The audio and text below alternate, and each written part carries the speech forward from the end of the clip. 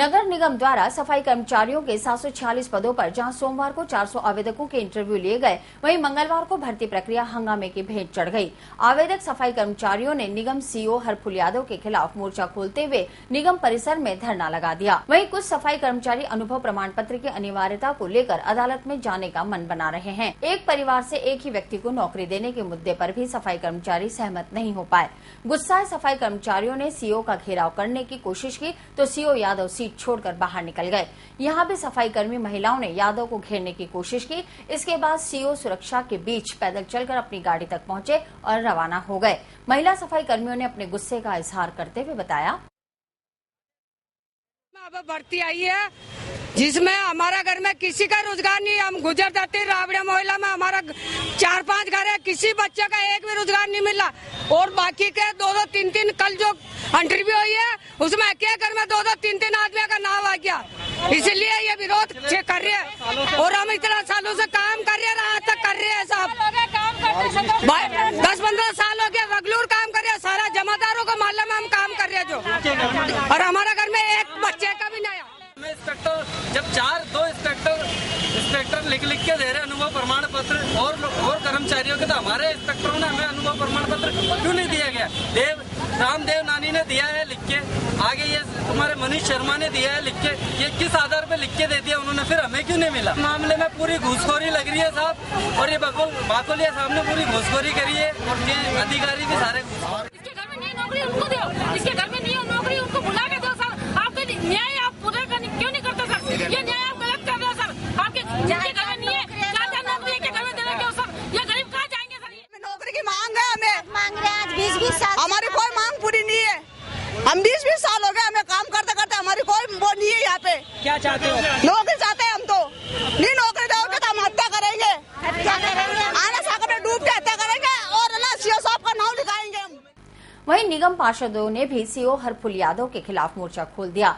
निगम में कांग्रेस और भाजपा के पार्षदों ने आरोप लगाया कि उन्हें आज की सीईओ ने फोन पर मैसेज करके खाद्य सुरक्षा गारंटी बिल के लिए बैठक में आमंत्रित किया, लेकिन नोडल अधिकारियों और सीईओ के बीच कोई सामंजस्य नहीं होने और यादव द्वारा बैठक बीच में ही छोड़कर चले जाने से खाद्य सुरक्षा गारंटी बिल, जो बुधवार को मुख्यमंत्री गहलोत द्वारा राज्य में लागू किया जाना है, की कामयाबी पर संशय खड़ा हो गया है। भाजपा और कांग्रेस के पार्षदों ने सीईओ को घेरते हुए बताया, उन्होंने हमारी बात को अनसुना कर दिया और यहाँ से उठ के चल गए। हम उनको कहना चाहते हैं आपके चैनल के माध्यम से कि हमारी जो केंद्र सरकार ने जो खाद्य सुरक्षा का बिल लागू किया है और ये बहुत महत्वपूर्ण बिल है और किसी भी सूरत में हम गरीबों का अधिकार मरने नहीं देंगे। और जो ये फूड सिक्योरिटी का बिल और जो ये भोजन का अधिकार हमको जनता को दिया है, हम चाहते हैं कि असली गरीब को इसका हक मिले। आज हमारी खाद्य सुरक्षा बिल जो कि यूपी सरकार ने लागू की है, वो कल सीएम साहब हमारे आ रहे हैं और इसको पारित करने के लिए जा रहे हैं। उस संदर्भ में आज हमारे सीओ साहब ने मीटिंग रखी कि भाई पार्षद जन आए और अपने अपने नोडल अधिकारी से मिले, लेकिन नोडल अधिकारी मात्र 10 या 12 थे और ना ही कोई इंस्पेक्टर था, ना ही कोई हमारे को पूरी इंटीमेशन थी। क्योंकि हमारे सीओ साहब ने सिर्फ बाय सेल फोन द्वारा एक मैसेज कर दिया कि आपको मीटिंग रखी गई है, ना तो कोई ज्यादा से ज्यादा पार्षद पहुंचे हैं और जो खाद्य सुरक्षा बिल जो नेशनल लेवल की स्कीम है वो चाह ही नहीं रहे हैं कि इस लेवल को हम यहाँ गरीबों के लिए पूरा कर सकें। सबके आगे हम लोगों ने कुछ समस्याएं गरीबों की रखी, तो उस चीज को न सुनते हुए उन्होंने धक्का देते हुए लोगों को, नागौरा जी को और दूसरे पार्षदों को, और वह सदन से निकल गए। जबकि यहाँ पर बैठकर उन्हें इन चीज का हल करना चाहिए था कि इस जो खाद्य सुरक्षा बिल है उसमें गरीबों को किस तरह से फायदा मिले। मेरे यहाँ 70% पब्लिक ऐसी है जो रोज कमाने रोज खाने का काम करती है। आज उन पब्लिक के पास रजिस्ट्रेशन नाम की कोई चीज नहीं है। बेचारों को रोटी की लड़ाई से फुर्सत ही नहीं है, वो कमाने खाने में व्यस्त रहते हैं। आज उन लोगों को जब क्षेत्रीय पार्षद ये तस्दीक कर रहा है कि ये गरीब है और इसको इसका हक मिलना चाहिए खाद्य सुरक्षा कानून के तहत, क्योंकि मैं तस्दीक कर रहा हूँ, फिर कहाँ परेशानी है? क्योंकि रजिस्ट्रेशन 70% लोगों के नहीं है।